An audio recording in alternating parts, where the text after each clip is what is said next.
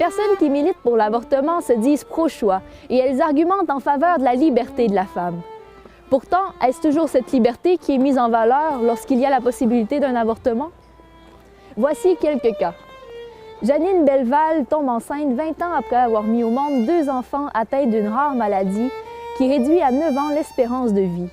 Les chances que le nouvel enfant soit également malade sont très fortes. Lorsque je suis allée voir le médecin, il m'a dit tout de suite que c'était impossible que j'aie l'enfant, qu'il y avait des possibilités d'avoir un enfant malade, un enfant bifida ou trisomique, parce que j'avais déjà 43 ans, ça faisait 20 ans que je n'avais pas eu de maternité. Alors le médecin m'a tout simplement dit, écoute, dans la chambre d'à côté, j'ai ce qu'on appelle en langage courant balayeuse, et on va tout simplement t'avorter immédiatement. France Marcotte, pour sa part, vient de perdre un jeune enfant en 3 semaines à cause d'une violente pneumonie virale. Elle a aussi 2 autres enfants et elle débute sa 4e grossesse. À son grand désarroi, on lui apprend que l'enfant qu'elle porte a une grave malformation du cœur. Le médecin qui me suivait, je ne sais pas pourquoi il faisait ça, mais il comme me mettait une pression, même jusqu'à la dernière limite de l'accouchement, avant que j'accouche. Au début, il me disait « Pourquoi tu fais pas la myosynthèse? » Puis là, c'est ça. Puis si l'enfant est malade, si l'enfant a la trisomie, ben là, qu'est-ce que tu vas faire? Puis là, j'y avais dit, je l'avais regardé dans les yeux, puis j'ai dit « Je vais le prendre comme il est. » Alors, j'ai été très surprise de la réaction médicale. Alors, je suis revenue à la maison, j'en ai parlé avec mon mari et Jarel a dit « Il n'est pas question qu'on touche à l'enfant. » Alors là, on m'a proposé la myosynthèse, qu'on a refusé aussi, parce qu'on disait l'enfant sera ce qu'il sera. Alors, on l'a gardé, mais ça a été excessivement difficile. Les gens, la société nous disait « Mais vous êtes donc sans dessein. » Pourquoi? Il y a des moyens actuellement. Il y a des moyens qui sont sûrs. Pourquoi vous n'avez pas pris les moyens pour ne pas retomber enceinte, pour ne pas avoir d'autres enfants? Et en même temps, ça a été une levée, une chaîne de prières phénoménale. Une année, il y avait un prêtre qui était de passage à la maison, puis qui avait prié, je pense, sur ma mère et qui avait apporté son soutien, que ce soit spirituel ou humain. Et à un moment donné, dans son cœur, c'était tellement devenu fort. Il avait donné un coup de poing sur la table en disant « Cet enfant-là vivra et sera en santé. » Et même s'il était malade, à cause de la beauté de l'âme et de l'éternité qui lui est promis, cet enfant-là a le droit de vivre à cause de la beauté de l'éternité. Emmanuel, s'il n'avait pas passé l'opération, s'il était décédé, bien, il serait au ciel, puis avec son frère Antoine. Puis c'est ça qu'on se disait, dans le fond, malgré la peine que ça peut causer, c'est sûr qu'il y a une douleur puis il y a une peine, mais... Après, tu regardes ça puis tu dis « Hey boy, j'ai passé à travers quand même des épreuves, là. » Bien, c'est sûr que lors des cours d'éduc ou des trucs sportifs, je peux pas courir ou je peux pas... Bien, je peux courir, mais je peux pas... tu sais, ça dépend, là. Faut vraiment que je me limite. Mais Emmanuel a la foi en Dieu et pour lui, ça fait la différence. Premièrement, bien, je sais que je peux toujours compter sur lui, justement, puis que je sais que tout va aller pour le mieux, puis tout est toujours pour le mieux, puis qu'il veille sur moi, justement. À travers ces épreuves-là, on vit des choses vraiment extraordinaires avec les personnes. Je pense qu'Emmanuel a aussi laisse son empreinte, parce que c'est un petit garçon qui est courageux, vraiment. Alors, mes enfants à travers les épreuves aussi, ils ont grandi beaucoup.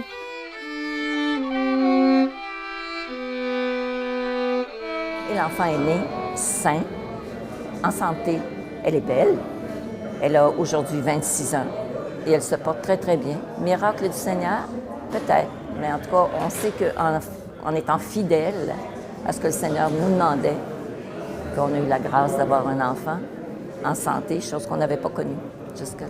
Pour mes parents et pour tous ceux qui avaient prié, c'était le miracle de la vie. C'est un miracle.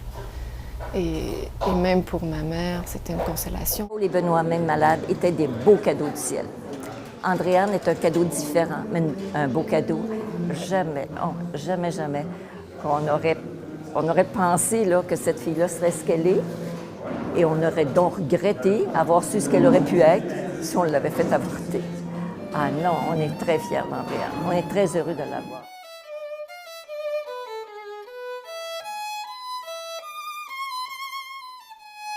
On est prêt tout de suite à nous avorter sans poser de questions, sans même rien. Si j'avais décidé sur le champ de me faire avorter parce que je ne voulais pas d'enfant, sachant qu'il pouvait être malade, j'aurais pas eu de problème à me faire avorter. Là. Ça aurait été tout de suite et sur le champ.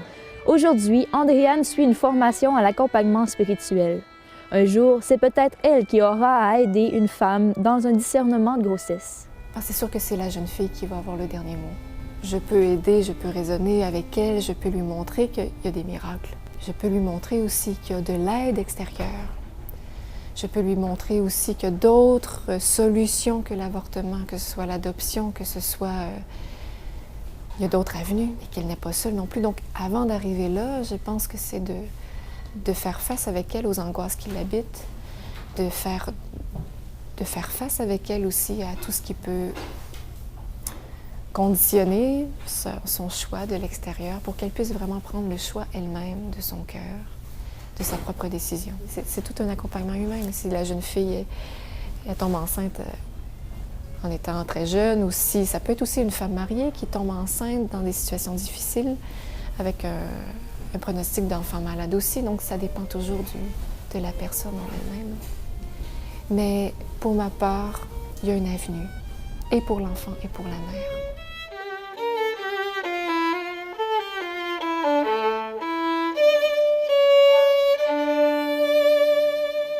Dans un autre cas, une jeune femme que nous n'avons pas eu l'occasion d'interviewer tombe elle aussi enceinte. Cette fois, il n'est pas question de la santé de l'enfant, mais de l'état de vie de la mère. Elle n'est pas en couple avec le père, elle est bien jeune et elle a fort peu d'argent. Autour d'elle, tout le monde la pousse à se faire avorter. Cette situation indique que les cas sont divers. Une autre, par exemple, Myriam Garbi, a également eu à faire un discernement de grossesse fort difficile avec son époux. C'est après le décès de leur premier enfant, à peine 2 mois et demi après sa naissance, qu'ils apprennent qu'ils sont tous deux porteurs d'une grave maladie génétique inconnue en Amérique. À chaque grossesse, ils ont une chance sur 4 que l'enfant soit malade. Son mari et elle restent cependant attachés à l'idée de fonder une famille et quelques mois plus tard, Myriam retombe enceinte. C'est sûr qu'à l'hôpital, c'était évident qu'on devait faire des tests prénataux. C'était même inimaginable qu'on ne les fasse pas, surtout avec ce qu'on venait de vivre, psychologiquement parlant, on va dire. Et donc, on nous a proposé un test qui se fait à 12 semaines de grossesse. On avait un choix à faire. Est-ce qu'on fait ces tests? Est-ce qu'on ne les fait pas? Nous, on était un peu tellement traumatisés d'avoir perdu le premier, qu'il soit parti sous nos yeux. On s'est dit, bon, on va faire les tests, mais peut-être qu'on ne mesure pas toujours ce qui engendre un test. Ce qu'engendre un test, c'est prendre une décision après. En tant que musulmane, pour elle, c'est après 120 jours de grossesse qu'un embryon devient un être humain. L'avortement est donc envisageable avant cela. Les tests sont faits et le résultat est clair. L'enfant est malade. Donc quand le résultat est tombé, on a été convoqué par le gynécologue qui nous a expliqué toutes les méthodes d'avortement. Pour eux, c'était presque évident qu'on n'allait pas resupporter, c'est sûr, une mort d'un nourrisson, parce que c'était ça l'issue dans le fond. C'était le bébé, il va mourir, quoi. La décision est finalement prise, Myriam se fait avorter. Aujourd'hui, Myriam en est à sa 3e grossesse. Je suis enceinte de mon 3e, oui, en effet. Et il est malade.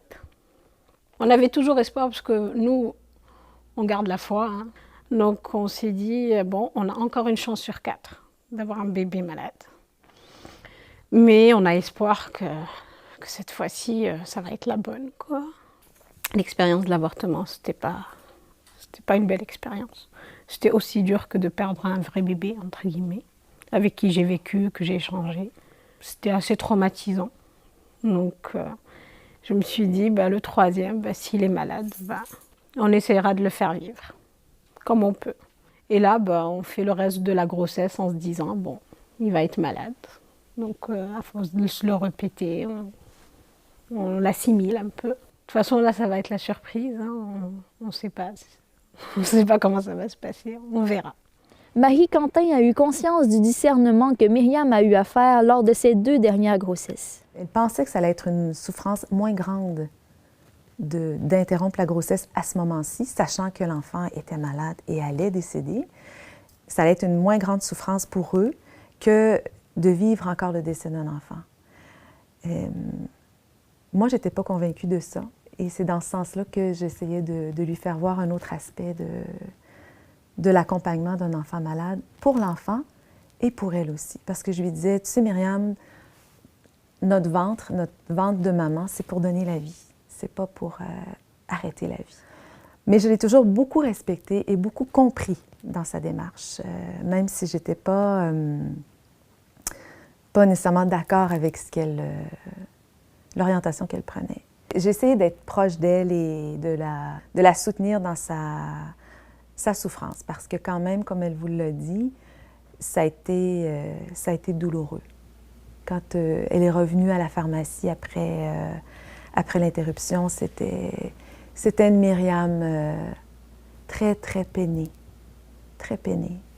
Mais je pense qu'il faut savoir écouter l'autre dans ses questions, dans ses réflexions, sa façon de voir les choses. Ça prend beaucoup de respect aussi, mais aussi d'être vrai. Myriam, j'ai essayé de lui dire les choses comme je les sentais, et je voulais son bien à elle et le bien de l'enfant aussi. Alors, je cherchais à lui dire les choses pour qu'elle souffre le moins possible.